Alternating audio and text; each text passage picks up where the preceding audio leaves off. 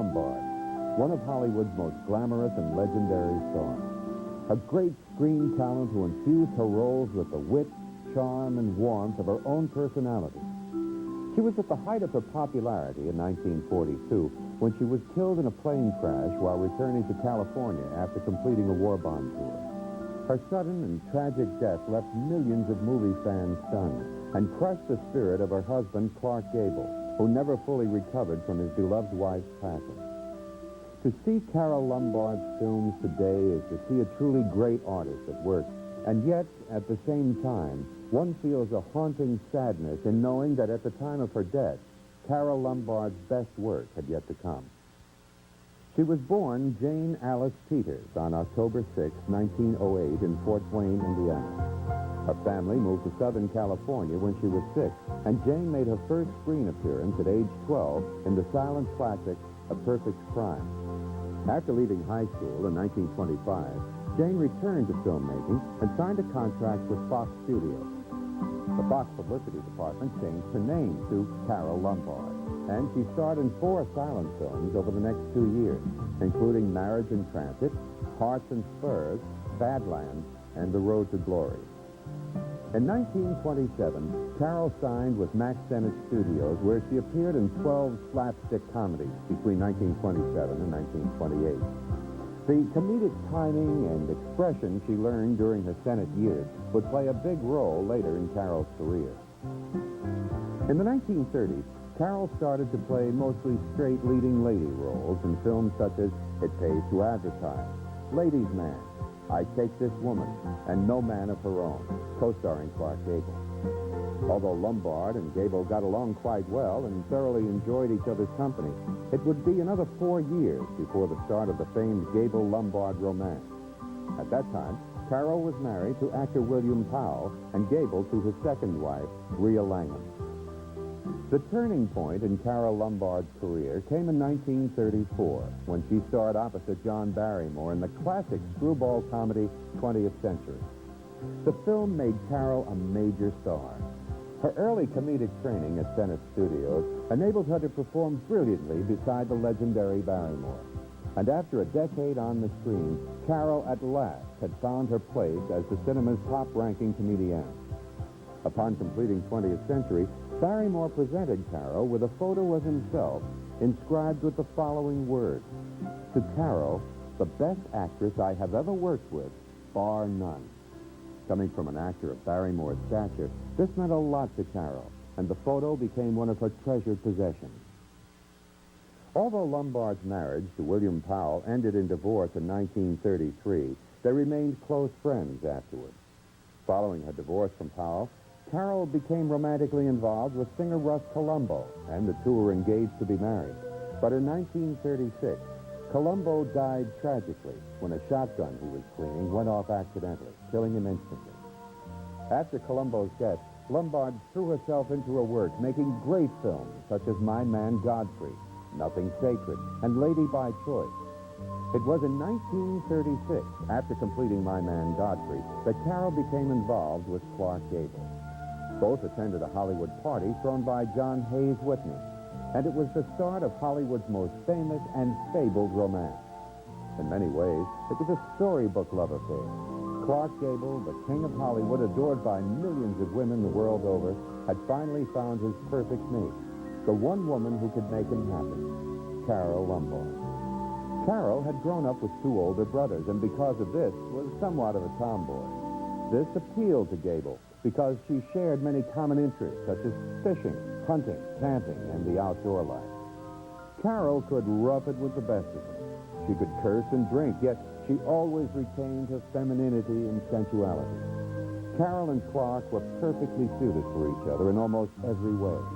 They were married in March of 1939, and shortly after, purchased a ranch in Encino, California, where both were able to escape the pressures of stardom. Like all married couples, Clark and Carole had their differences, and people who knew them say that when they did fight, the battle could last for days.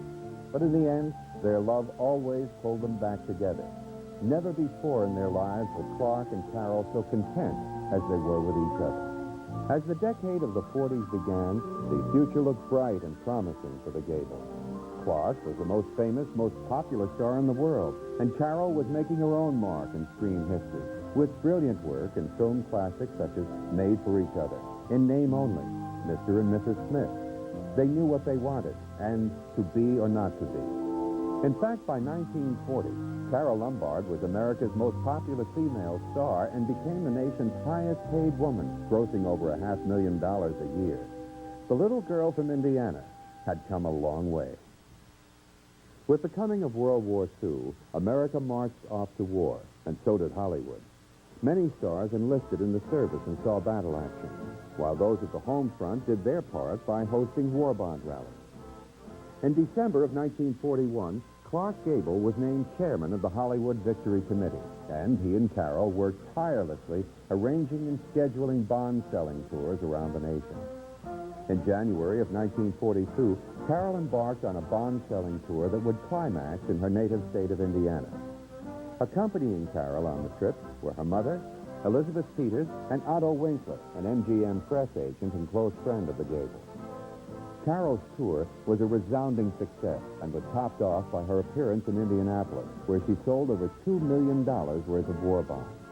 Before departing, Carole delivered a moving patriotic address and then led the crowd in the singing of the national anthem. As she left, the crowd gave her such an enormous ovation, it brought tears to Carole's eyes. On January 16th, at 4 o'clock in the morning, Carole Lombard boarded TWA Flight 3 in Indiana, scheduled to land in California at 8:30 that evening. The flight made a stopover in Albuquerque, New Mexico, to pick up 15 Army officers, and then continued on to Las Vegas, Nevada, where it stopped to refuel. At 7:07 p.m., the plane took off from Nevada on the last leg of its flight to California. Then, at 7:26, the Skyliner crashed into Table Rock Mountain, about 30 miles southwest of Las Vegas. All 22 passengers were killed instantly upon impact. The news of Carole's death stunned the nation. A grieving Clark Gable rushed to Nevada to join the search for his wife's body. The first 2 days of the search were futile, as the search party had difficulties getting through the rugged mountain terrain to the wreckage.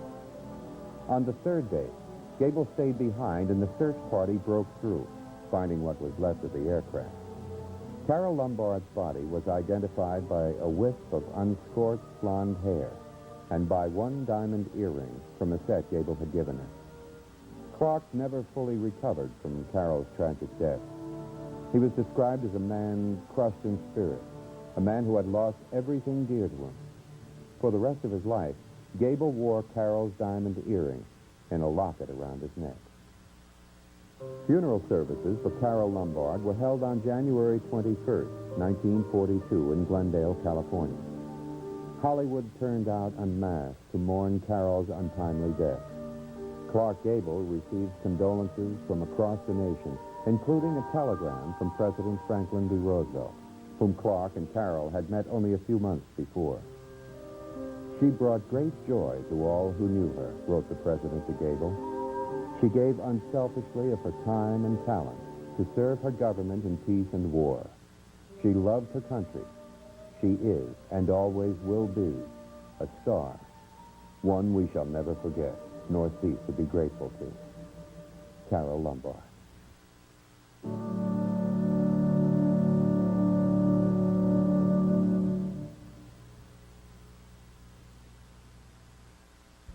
You're watching American Movie Classics.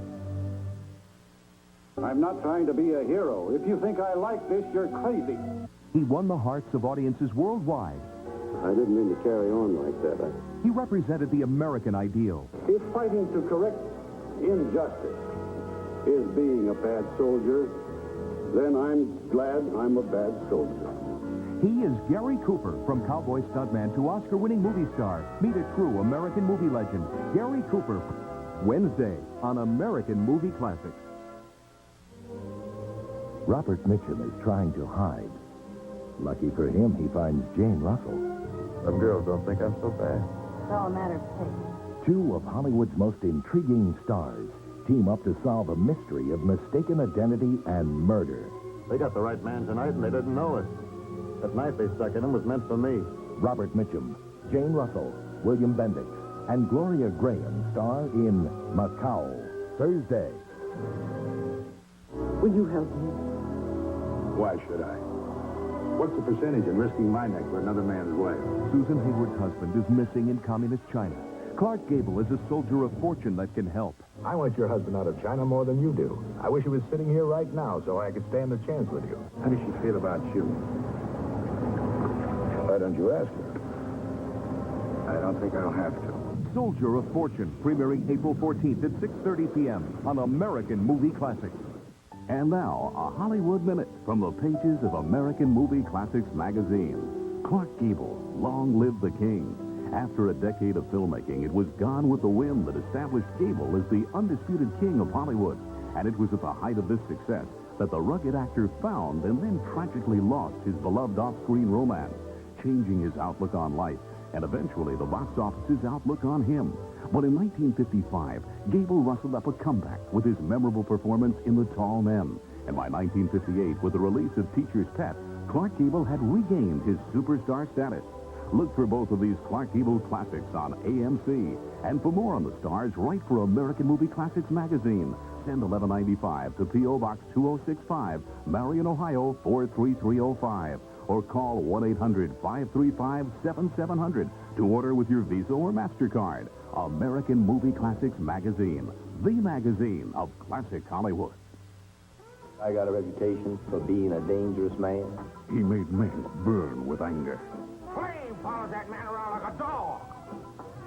He's a ball of blood, and women burn with passion. I gave up on you the first time I ever looked into those cold blue eyes. You got the color right.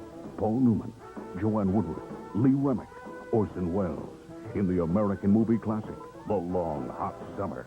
Premiering Tuesday, April 10th, 9 p.m. Eastern. You were the only girl I ever liked a whole lot.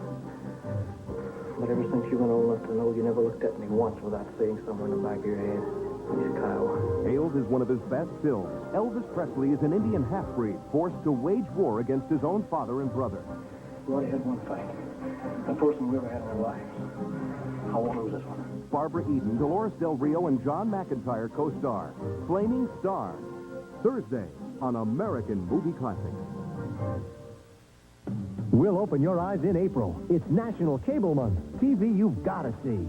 A National Cable Night exclusive. American Movie Classics presents an exclusive original program. Knockout. A look at the power and the glory of Hollywood's greatest fight films. It's Knockout, Hollywood's love affair with boxing. Premiering Thursday, April 26th at 8 Eastern. We'll open your eyes in April. It's National Cable Month. TV you've got to see.